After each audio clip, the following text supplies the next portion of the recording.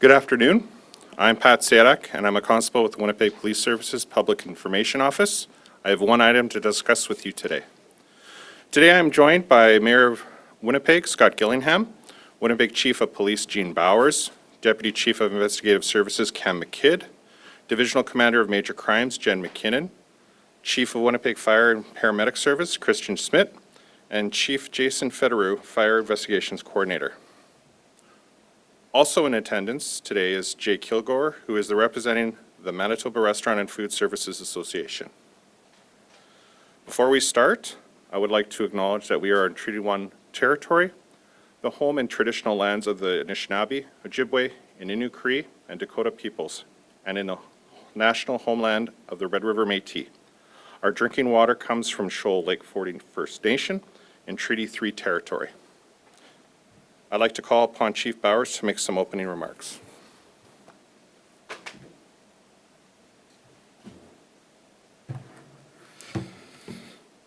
Well, good afternoon, everybody. I'm joined by Deputy Chief Cam McKidd and Inspector Jennifer McKinnon, who will provide some details about the investigation and significant arrests and charges that we are announcing today. I would like to acknowledge and thank Mayor Gillingham, Chief Schmidt for being here. Thank you both for your collaboration and continued support. A few weeks ago, or I believe 2 weeks to 3 weeks ago, the police and the fire came together to provide the community with an update on the work that we are doing across city departments to address the fires in our community, from prevention to investigation. It's only through these collaborative efforts that we are able to have an impact and move the dial to improve the safety and well-being of our community. Over the last year, fires and arsons have hit the headlines all too frequently. The incidents have caused a tremendous amount of concern, fear, and financial hardship to those who have been directly impacted. We know neighborhoods and the entire Winnipeg community have been affected. Winnipeg Police Service, along with the Winnipeg Fire Paramedic Service, have worked together with the community and business partners to address this serious issue. The ongoing collaboration and strong partnerships have been instrumental in getting us here today to announce the arrest of Mr. Wheatland. I am grateful for the work of all our partners and all our police members, from our comm center to our general patrol members, our respective arson and fire investigators, whose collective efforts have brought us here today. So with that, I will turn the podium over to Deputy Chief McKidd.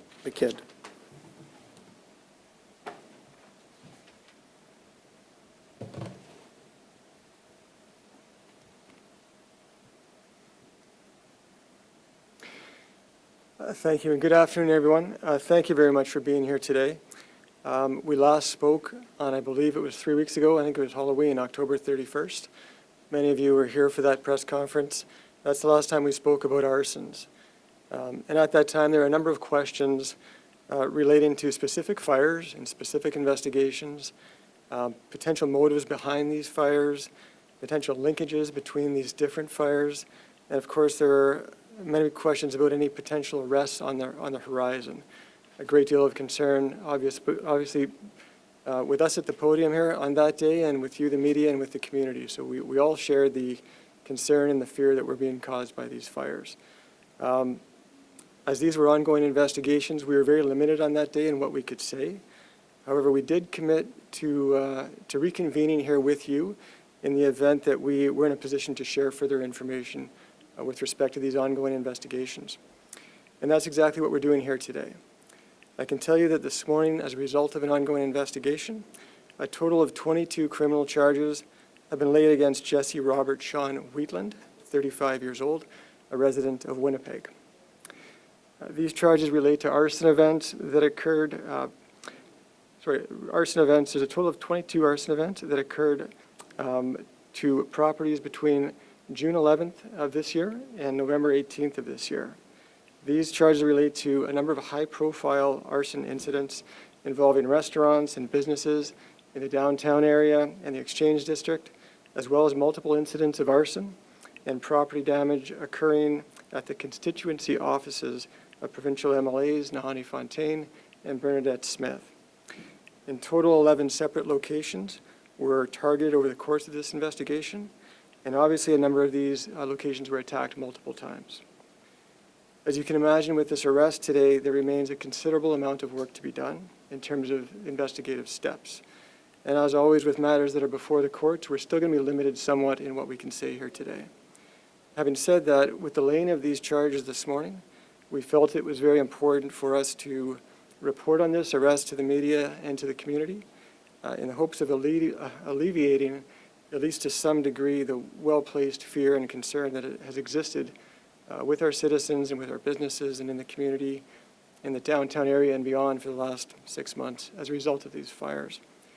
It's not lost on us in policing that these intentionally set fires are not only dangerous to the community, but they also unnecessarily put our colleagues at the Winnipeg Fire Paramedic Service into dangerous situations.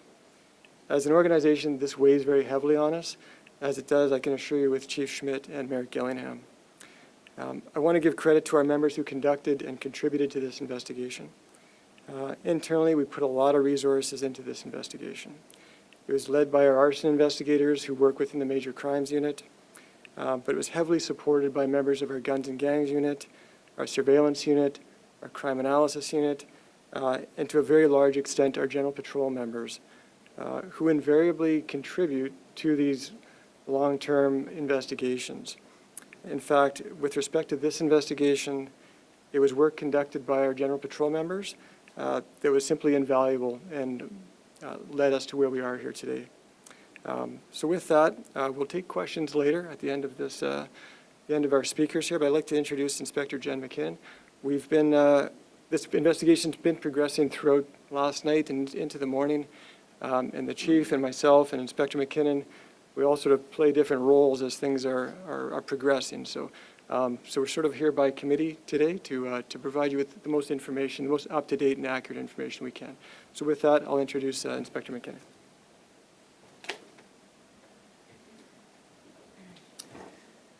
Good afternoon, everyone. As you heard, I'm Inspector Jennifer McKinnon of our Major Crimes Division. Before I get started, I want to thank everyone for being here today. It feels like only yesterday that we were all gathered in this room together to speak on the ongoing collaboration and partnership between the Winnipeg Fire Paramedic Service, the Winnipeg Police Service, and the City of Winnipeg. Over the summer, our community has faced a series of fires that has caused understandable fear, frustration, and concern. We wanted every resident and business owner to know that we heard you, we shared your concerns, and we were taking each and every one of these incidents very seriously. I cannot thank you enough for your patience. What I can say today is after a lengthy and extensive investigation, the Major Crimes Unit arrested 35-year-old Jesse Robert Shawn Wheatland for the following offenses: arson with disregard for human life, arson causing damage to property times 13, mischief under 5,000, obstructing the enjoyment, times 4. Break and enter and commit arson, times 2, and break and enter with intent, times 2. These locations included the Commonwealth Kitchen and Bar, located at 450 Main Street, John E. G's in the Exchange District, the Exchange Event Center at 111 Princess Street, the Palomino Club at 436 Main Street, Bougie Restaurant at 191 Main Street, La Roca at 155 Smith Street, and Tipsy Cow at 285 Portage Avenue, as well as the offices of Minister Smith, Minister Fontaine, the office of the Winnipeg School Division, and a provincial treatment center in the 100 block of Magnus Avenue. This investigation is still very much in progress, and we are in the process of connecting with all the impacted business owners.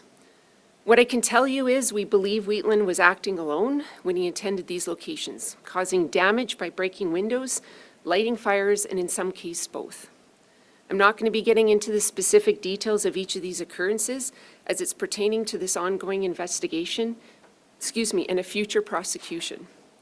At the end of October, I spoke to different series of arson investigations and want to be clear. This investigation is not related to any of the previously reported extortion investigations. Those continue to be actively investigated by our unit.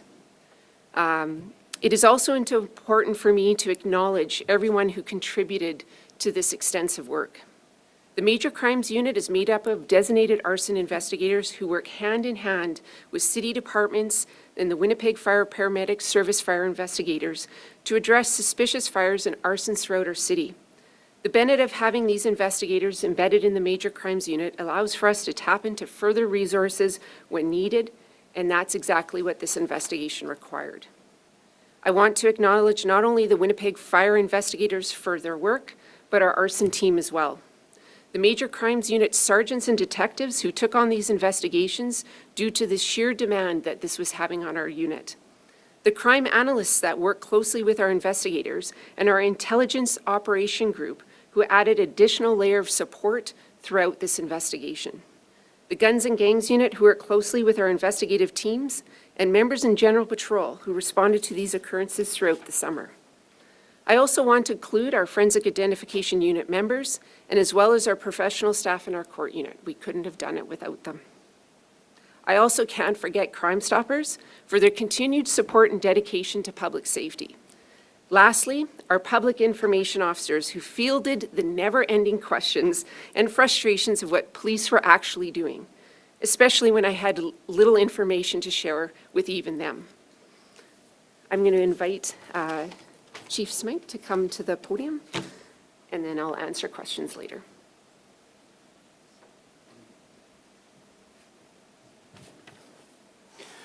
Good afternoon. Christian Schmidt, Winnipeg Fire Paramedic Service Chief. Winnipeg continues to experience high rates of fires, significantly higher than many comparable Canadian and North American cities. This situation requires us to act together, and that is why I'm pleased to hear about this arrest today.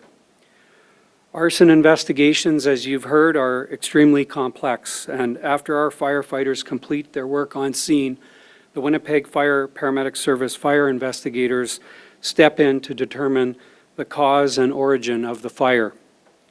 From here, our WFPS fire investigators work closely with Winnipeg Police Service Major Crimes Unit investigators.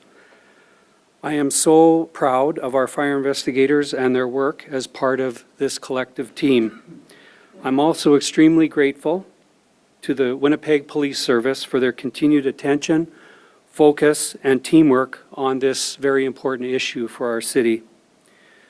I am committed, as are the remainder and all of members of Winnipeg Fire Paramedic Service, to continuing to work closely with the Winnipeg Police Service and all of our stakeholders and community partners and on this very important issue for our community.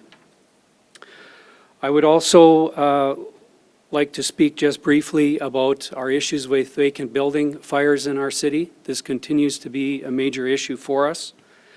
I ask media also to help us amplify our messaging to the community. Insofar as anyone who sees someone actively entering a vacant building or removing boards from windows or doors from a vacant building, people need to call 911 in this situation and report the incident immediately. For any time that we notice boarded windows or doors that have been breached, but we do not see someone actively entering a building, we need to report this please to 311 so that the city can take appropriate enforcement measures to resecure that building. And finally, I also encourage the public continue to make reports to Crime Stoppers and community reporting phone lines such as the power lines in Point Douglas and William White neighborhoods. Together, our efforts will have collective impact on improving safety across Winnipeg. Thank you.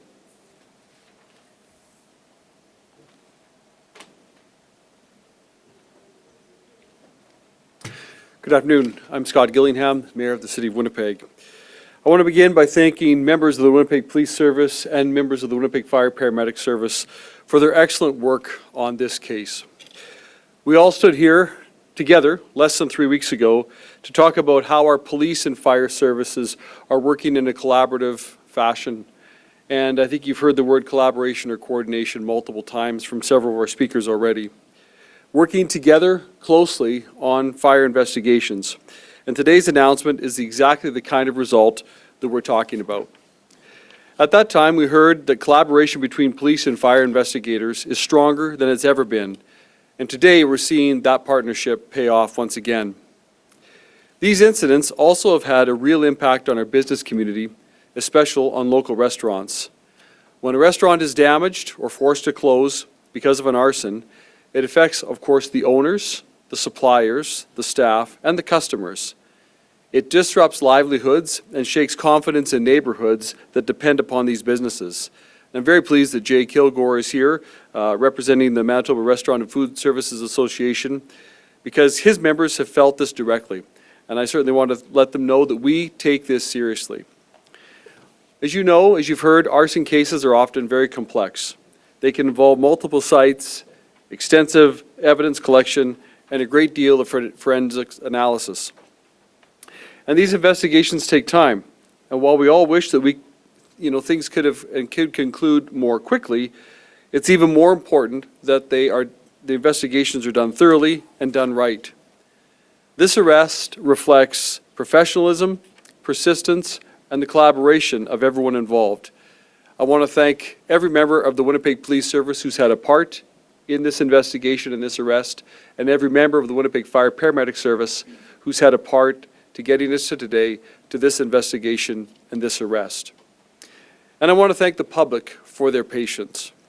And I want to also finally assure Winnipeggers that our emergency services are working together to keep our city safe and to solve crimes and to continue to work in a collaborative manner for the strengthening of our entire community. Today's outcome shows what coordinated action can achieve, and this is progress, and we're going to keep building on it in the future days, weeks, months, and years ahead. Thank you. We'll open it up for questions. Why do police believe that Wheatland acted alone? I was hoping you'd want to talk to our esteemed group here, but we can support it through evidence that we've collected. He's also been interviewed by investigators at length. Did he admit to setting his fire? He's been cooperating with our investigators.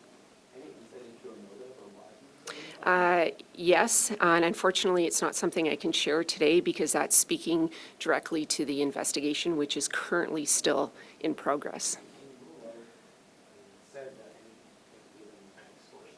Mhm. Ruled out.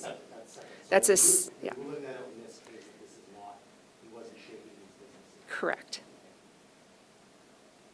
Can you speak to the involvement of the guns and gangs? So as it was articulated by Deputy Chief McKidd, this was a long stemming investigation. It started in June 11th. We are limited in our resources. The Major Crimes Unit, when we're investigating this, and the arson investigators, crime is still happening in Winnipeg, and we have to be able to respond to that as well. I'm the commander of that unit, and I have to be very conscientious of the mental health and well-being of our members. And the Guns and Gangs unit is a unit that works really well with us on an investigation like this, but on other investigations. So having them to support our members is huge. Was this suspect arrested shortly after setting a fire allegedly on Magnus Avenue? That is, He's arrested in the block of Magnus, there's a fire in the block of Magnus. that's correct. Yeah. At the scene or near? No, not at the scene. And was it general patrol? No. No, it was not. How was he located? He was located by our investigators When did you guys get tipped off that it was possibly the accused? over the weekend. At what point did police realize that all these guys were connected? Well, we work with our crime analysts through the series of these fires through June, and it's making those connections. They work with us to help us make those connections. And then we have a long conversation with the accused. How helpful was CCTV in this? Very. Although, you know what, I'm going to temper that because I think there's an opportunity to reach the community here. CCTV footage is excellent, and we encourage our business community to invest in that. But I'm also going to encourage our business community to invest in lighting. When you have security cameras, and if these incidents are happening overnight or in the early hours in the morning and it's dark outside and you haven't lit your business well, especially outside, sometimes that can be a hindrance to our ability to get a really good image of that suspect to identify them. So. So obviously this will bring somebody, not in the public. What do you want to say to business owners and people who, they say, we've been threatened, somebody else obviously, and in some cases there's been fires or threat of fire. You say that there's a separate word, investigation, I guess. What do you want to say to them today about what you're doing to bring that to a closer? Right. Well, this is a difficult question because I feel like I'm back to 3 weeks ago on Halloween when, I stood up here really wanting to be able to answer your questions. What I would say to those owners is that I think this arrest demonstrates that we are committed to resolving these investigations. That investigation is actively, and we've had contact with all those complainants and are working with them. How common is it for one person to be charged with such a large string of fires? I don't think it's typically uncommon with any crime, with mischief and whatnot. This happens to be this person's crime of choice, but I don't think it's uncommon to have a person do a string of fires. The Commonwealth fire, in particular, the CCD, the footage showed a man at a shopping cart. Is this guy possibly homeless? I can't speak to that. No. No. Why would these specific locations targeted? That speaks to his motive, and that forms part of our investigation. So I'm not in liberty to give that information currently. Can you, I think I know the answer to this, but can you say if any mental health issues were? I don't know this individual, so I can't speak to that. Is this a relief for the police service to have been able to lay charges as part of this investigation? I can tell you it's a relief for me. No, it is. I think as we work through the months in the summer, this weighs really heavily, and rightly so. It gained a lot of media attention. It's a significant issue that needed to be highlighted, but our officers wear that. They read the news, they live in these communities, and it's very frustrating for them, including our Winnipeg fire paramedic fire investigators. It's the longer it goes, the more it weighs on them. So coming to a conclusion, I think, is exciting, but also a relief. And it's also not lost on us that we feel this is going to give the community a sense of a relief from probably what they've been feeling and experiencing through the summer. Any message to arsonists out there, people who think this is a joke or, I think this is not as serious? Well, I think we look at traditionally police work and homicide investigations and, sexual assaults and child abuse investigations. And, we look at something like he broke a window and that's a mischief, and those don't matter. It matters. And these arson investigations matter. These are significant investigations, and I think the message to an arsonist is that we're not going to give up. It may be challenging, it may take us some time to do this, but we don't give up. You mentioned, sorry, the suspect was identified over the weekend. Is that correct? How was he identified? I can't speak to that. I do, though, want to acknowledge, I speak heavily in regards to our investigative units that worked on this, but I do want to say that the success over the weekend is attributed to two General Patrol members who listened to their instincts. I was going to ask you. No. Sorry, I was going to ask you about the GP members and how you mentioned their work was invaluable. Yeah. Yeah. Kind of collaborate. No, you know what, I think I get to be the commander of a criminal investigation bureau, and, with TV, Dateline, 48 hours, we get sensationalized, but I think it's important to remind the public the work that our frontline officers do, and we follow up from what they do. And it's very important. They're the key to our success, And we cannot forget our uniformed members in these investigations. Were they aware, by that point, of the description of the suspect and that went into it at all, anything like that, where they were given information? Well, we are always communicating.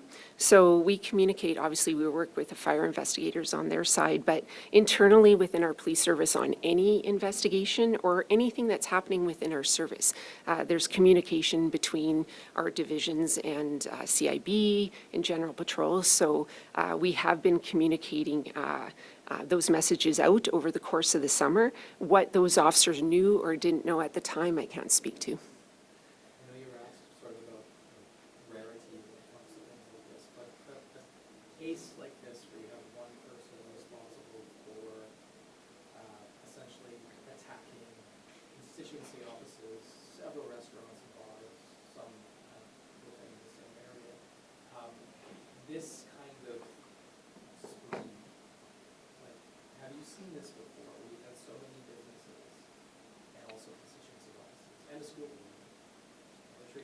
Are you sure you got them all? One way or the other. But have you seen a case like this before?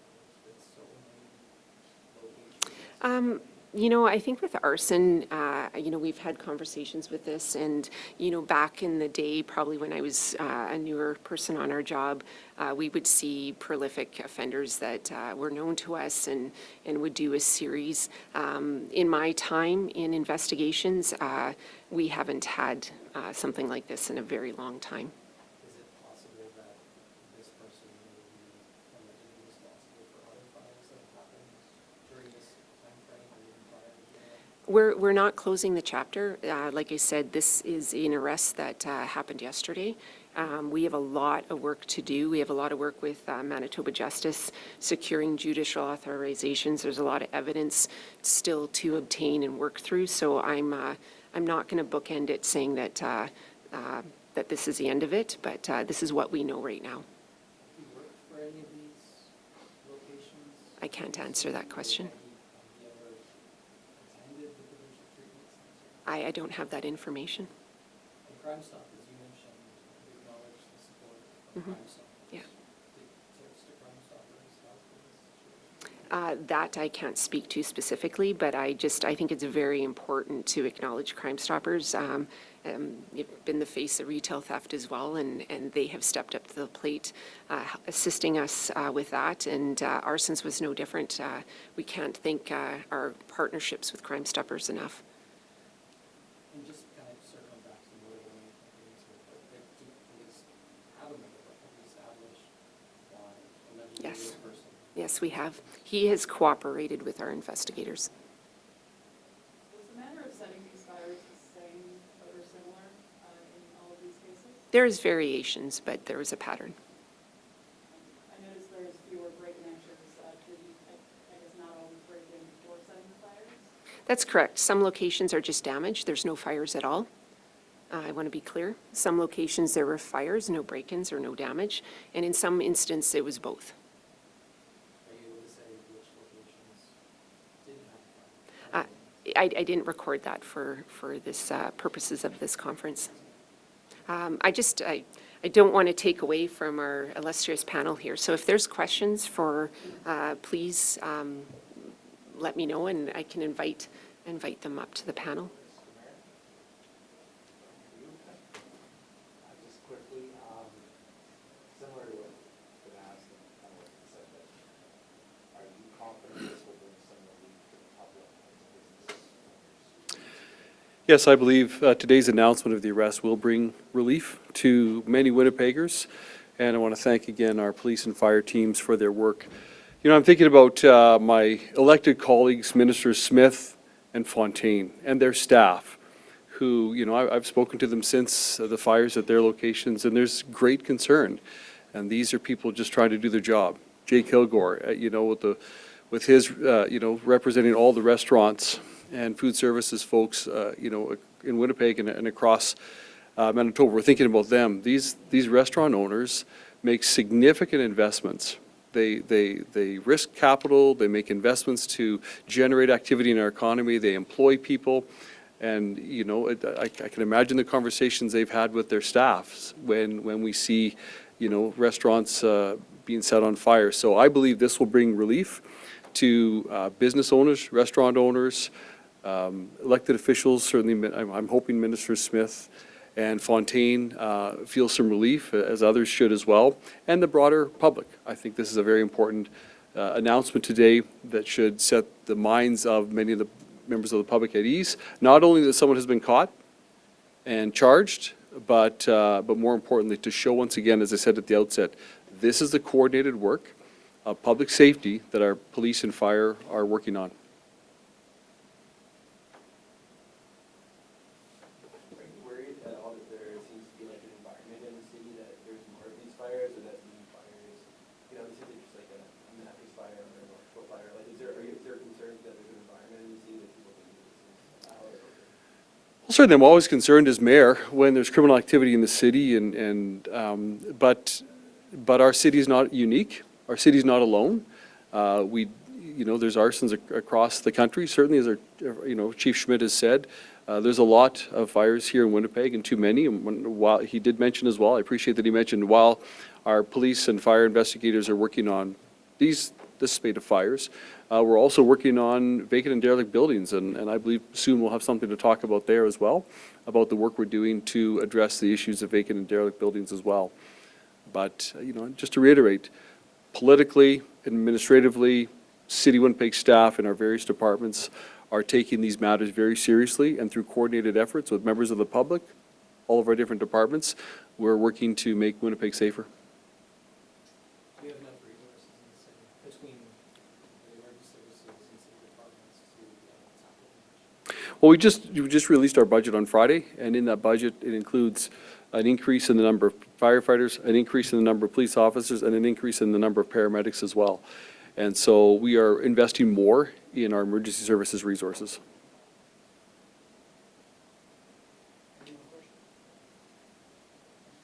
Okay, thank you.